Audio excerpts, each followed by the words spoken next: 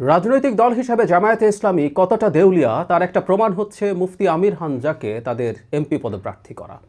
চারদিকের প্রচুর সমালোচনা হওয়ার পর এই ক্লাউন, ওনাকে ক্লাউন বললেও কম বলা হয়, উনি যা করেন, এই ক্লাউনকে তারা মানে নমিনেশন রেখেছেন, তিনি তার প্রতীক বরাদ্দ পেয়েছেন, দাঁড়িপাল্লার পক্ষে ভোট চাইছেন। তাকে নিয়ে সামাজিক মাধ্যমে তার পুরনো বক্তব্যের যেসব জিনিস সামনে আসছে, এরপরই মানুষটাকে রাখা হয়। আমার সাথে তার ব্যক্তিগত একটা ইস্যু আছে, আসলে আমি কথা বলতে চাইছি সেই কারণেও। আমি মানে কী কারণে, আমার সাথে কী বিষয়, আমাকে নিয়ে তিনি কী বলেছেন সেটা আগে একটু শুনে নেওয়া যাক। ডাক্তার জাহিদুর রহমান নাকি একজন নাম, এই লোকটার চেহারার দিকে তাকালে আমার মনে হয় একটা টাটকা নির্ভেজাল শয়তান। বলছে বাংলাদেশ জামাত ইসলামী যদি মুক্তিযুদ্ধও হইতো আমি তাদের সাপোর্ট করতাম না, কারণ তারা ইসলাম নিয়ে রাজনীতি করে। এ কথা যে লোকটা বলে তার ঈমান থাকার কথা। এরকম নাস্তিক মার্কা লোক যারা মারা যাবে এই দেশে ঘোষণা দেওয়া দরকার যে তাদের জানাজার নামাজ দরকার নেই, কারণ ইসলামের রাজনীতি আছে। এই কথা যারা বিশ্বাস করে না সে কাফের। জামায়াত ইসলামীর বট বা ব্যক্তিরা আমার মন্তব্যে এসে আমাকে কাফের, নাস্তিক সব বলেছেন, ইসলাম বিদ্বেষী সব বলেছেন। কিন্তু তাদের একজন আলোচক, একজন হঠাৎ করে নাজেল হওয়া ব্যারিস্টার আমাকে অন রেকর্ড নাস্তিক বলেছেন। আর ইনি তো দলের পদে থাকা এবং মনোনয়ন পাওয়া একজন মানুষ। আমার অপরাধটা কি? অপরাধটার কথা আমি আবার একটু বয়ান করি, উনি এই জায়গায় খুব ক্লিয়ার করেননি। আমি বলেছিলাম, ইয়াস, জামায়াতে ইসলামে যদি মুক্তিযুদ্ধের সময় তার কোনো অপরাধ নাও থাকতো, তারপরও জামায়াতে ইসলামের রাজনীতি আমি সমর্থন করতাম না। এটা জামায়াতে ইসলামী না, ইসলামকে নিয়ে, ইসলামের নামে যারা রাজনীতি করেন কারো রাজনীতি আমি সমর্থন করি না। এবং এটা যে শুধুমাত্র ইসলাম মোটেও ব্যাপারটা তা না, any form of identity politics, সেটা হিন্দুত্ববাদের নামে হোক, সেটা হোয়াইট সুপ্রিমেসির নামে হোক, সেটা বাঙালিত্বের নামে হোক।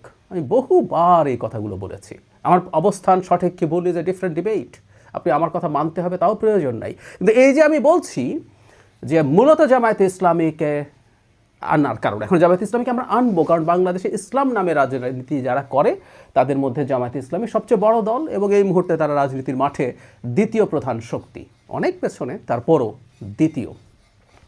সুতরাং বলাটা খুব অস্বাভাবিক আমার দিক থেকে ছিল বলে আমি মনে করি না। কিন্তু তার জবাব হচ্ছে আমি টাটকা শয়তানের মতো লাগে, আমাকে কবর দেওয়া যাবে না, মানে জানাজা কর দেওয়া যাবে না, ইত্যাদি ইত্যাদি ফতোয়া দিচ্ছেন।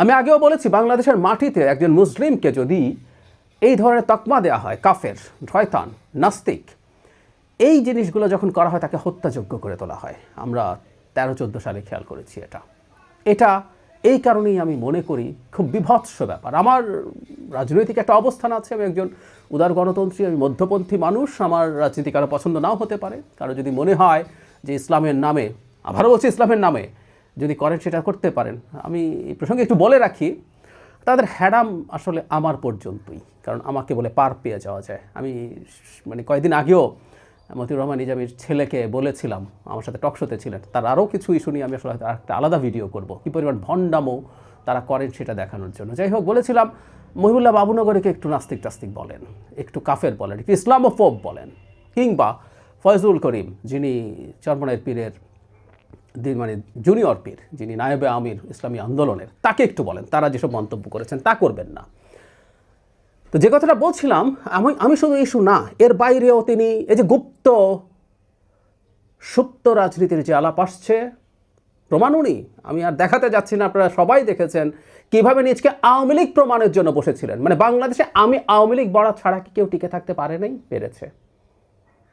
এই কথাটাই বলছি। হ্যাঁ, জামাত বলা, শিবির বলা, ইভেন বিএনপি বলা তো বটেই ঝুঁকিপূর্ণ ছিল। এখন জামাত শিবির যদি ডিসাইড করে যে আমরা আপাতত আমরা একটু শান্ত থাকবো, তারপরে আওয়ামী লীগ প্রমাণ করতে হয় না। যেমন ছাত্র শিবির ছাত্রলীগের দলে ভিড়ে গিয়েছিল, তার সেরকম ভিডিও আছে, সিনেমার নায়িকা নিয়ে কথা আছে, একটা ভার্সিটি নিয়ে মিথ্যে কথা আছে। এমনকি সম্প্রতি একটা ভিডিও সামনে আসলো, জনাব আরাফাত রহমান কোকোকে উনি কুকুর বলছেন, উনি ক্ষমা চেয়েছেন, দেখেছি। কিন্তু একটা মানুষ এই কথা বলতেই পারে বলে আমি মনে করি না, একজন মানুষ সম্পর্কে যিনি মারা গেছেন বেশ আগে, অত্যাচারিত হয়ে। মানে ক্ষমা চাওয়াই কি যথেষ্ট? একটা মানুষের রুচি কোন পর্যায়ের যে তিনি এই কথাগুলো বলতে পারেন? আর এর বাইরে তো যে বললাম ক্লাউন, সার্কাসের ক্লাউন যেমন মানুষকে বিনোদিত করার চেষ্টা করে, সেই ক্লাউনগিরি করেন উনি ওয়াজের নামে, একটার পর একটা মিথ্যে কথা, ফালতু কথা, নোংরা কথা। এই মানুষটাকেই ইভেন প্রাথমিক মনোনয়নের পরও যখন প্রচুর সমালোচনা হতে থাকলো, তখনও সেখান থেকে জামাত সরে আসেনি।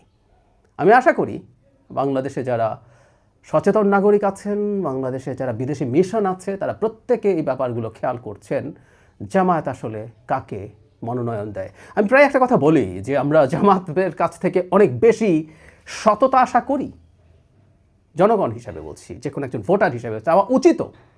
বিএনপি তার সততাকে ইউএসপি করেনি। বিএনপি বলেনি আমরা সত্যকে শাসন চাই। সো যে দলটা সত্যকে শাসন চাই স্লোগান দেয়, সেই লোকটাই এরকম গার্বেজ, এরকম ক্লাউন, এরকম একটা অসৎ আপাদমস্তক মিথ্যুক মানুষকে যখন মনোনয়ন দেয়, তখন বুঝতে হয় দলটা কতটা দেউলিয়া। অনেকে হয়তো মনে করবেন, ভেবেছিলেন যে এটা এরকম হওয়ার কথা ছিল না। আমি হওয়ার কথা ছিল বলেই মনে করি। জামায়াতে ইসলামী যে মুখোশ পরে মানুষের সামনে আসার চেষ্টা করে, প্রায় তারা বলার চেষ্টা করে যে তাদের নিচু পর্যায়ে বা অনেকের উপর নিয়ন্ত্রণে তারা এগুলো করছেন, কিন্তু এই মনোনয়নের মাধ্যমে তারা প্রমাণ করলেন তারা সর্বোচ্চ পর্যায়ে কি করতে যাচ্ছেন, কি করেন। আমি জামাতকে, শিবিরকে অনেক আগে দেখেছি, চিনি, তাই তাদের সম্পর্কে আমার খুব স্পষ্ট ধারণা আছে। আমি আশা করি যারা ভোটার আছেন তারা এই ভণ্ডামি, এই দ্বিচারিতা এই দলটির, সেই ব্যাপারে তাদের খেয়াল রাখবেন।